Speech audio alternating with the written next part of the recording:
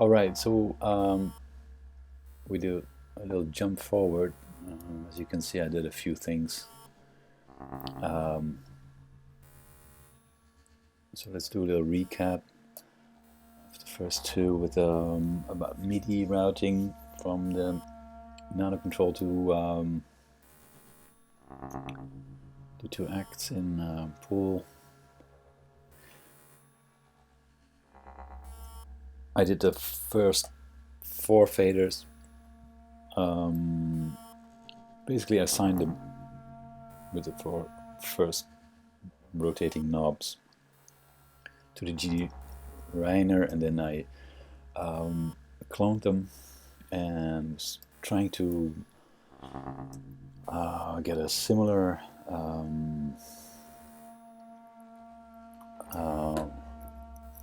parameter in the kk.rainer.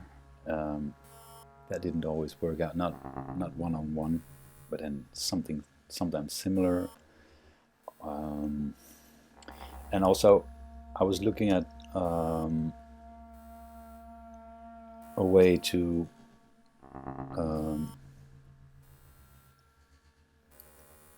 be very economical about what to assign those faders and in combination with a rotating knob too. So as you recall, I did the first one as a means of starting and length of the sound, aka sample. And the second, I was looking at volume, because there's no real start and stop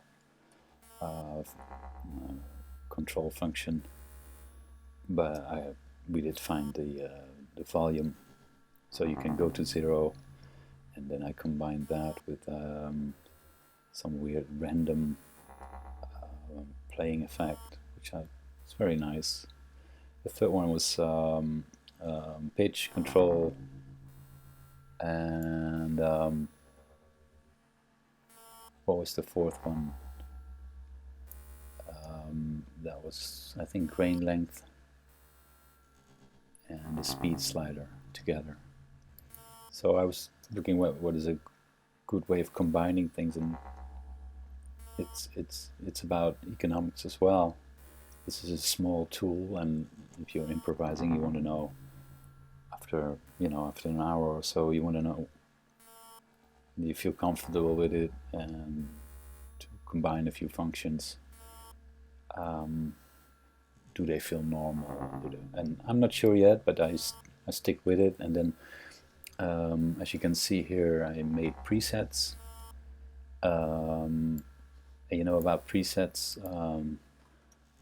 If you're in a certain position where you think, oh, this sounds great, let's make that a preset, and you click on one of those checkboxes, and after a while you have a few, and then you of course you have to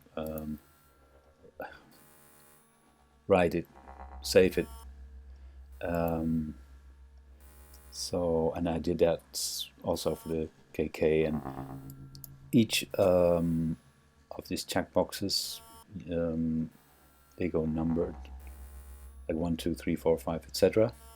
And the first 6 buttons here, the SMR, I assigned to the first 6 of the checkboxes of the gg.rainer presets, and the second 6 I assigned to the kk checkbox. So that was an extra layer of control. I mean, it's a very powerful tool. Preset tool is very powerful. In that way, you can actually really under one button tell all the acts you have there in your environment. Give them one command. You do that by cloning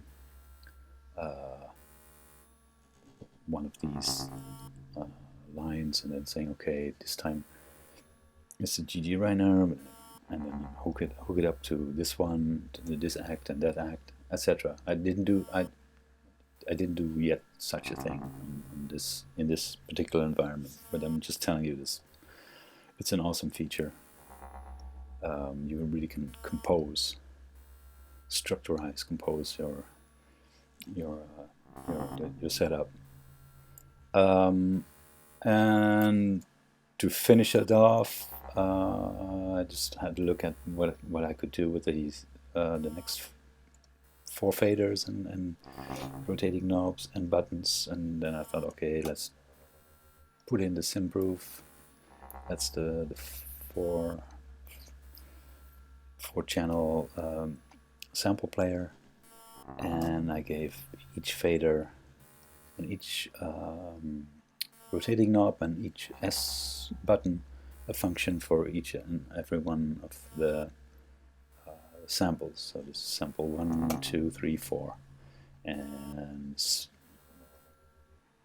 faders are speed, the rotating knobs are volume, and the S button is for start or stop. So I had a very economical setup. I'm not saying it's definite the one to go. I mean, it also depends on how detailed you want to control every parameter in one of these acts. How many acts you want to control. So I'm also just finding out, and then you have to start making music with it. And also, if you go on improvise and play with other people and instruments, I think you have to think about the layout and the architecture of your control device, and how you want to control it, and what elements you want to control, such as harmony and melody and rhythm. How flexible are you? How fast can you respond in a situation, etc. And with these elements in mind, you can also think for yourself, oh, what's a good and clear, logical way of setting these things up.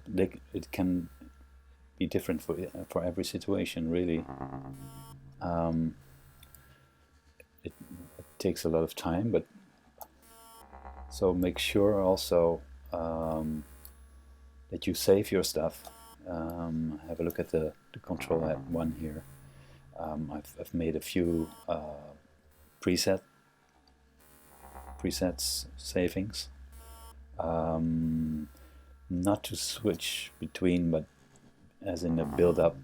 I hate to lose all the work you're doing.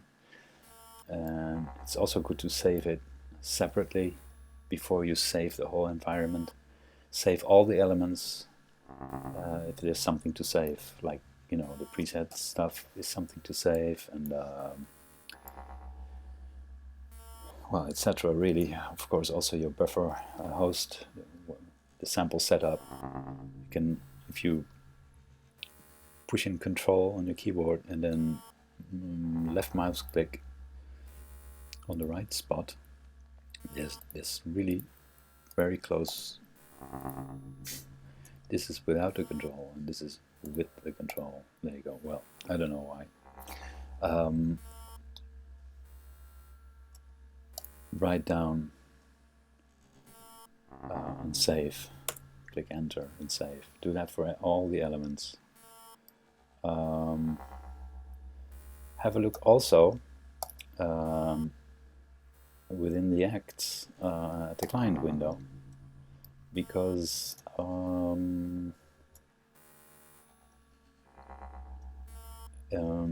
everything that you want to be fixed within the preset snapshot, as I call them, is fixed here and will change when you switch over from one to the other preset checkboxes. But sometimes you like to have a constant. Like I don't in this setup. I told the levels, the audio levels, to stay out of the equation. So whatever I switch to, the volume stays the same. But if you say, okay, no, wait, I do want to have them change, then you check the levels. And with each saving, and indeed it may be different in volume, and you have a reason for it, of course, then the snapshot will go back to that specific settings when you're somewhere else doing a different setting. So if you want to, you decide what you want to control and what stays fixed and what not. It's a really interesting, thoughtful feature. Probably has more reasons to it, but since I never really had the chance to talk about it, well, I did have the chance, but I didn't took it.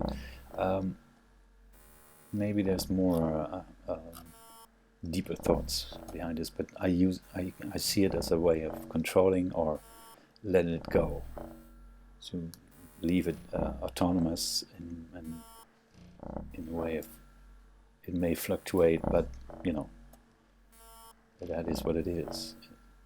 So if you take one checkbox and say, okay, I have the speed and pitch ramp in a certain way, and here I am doing stuff here in this one, and say, oh, he goes like that, he goes like that, but when I go back to it, oh, I think it was this one, they change back to this course. But if I say, oh no, I want, when I switch, I want at least the pitch to be the same for the next sample, then I need to deselect it.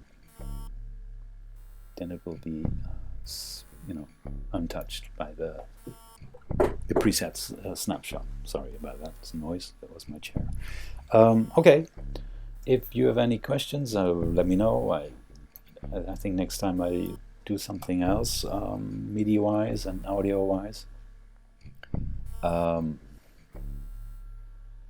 if you have any questions about anything, just post them under the video. You can have a look at it. And thanks for watching.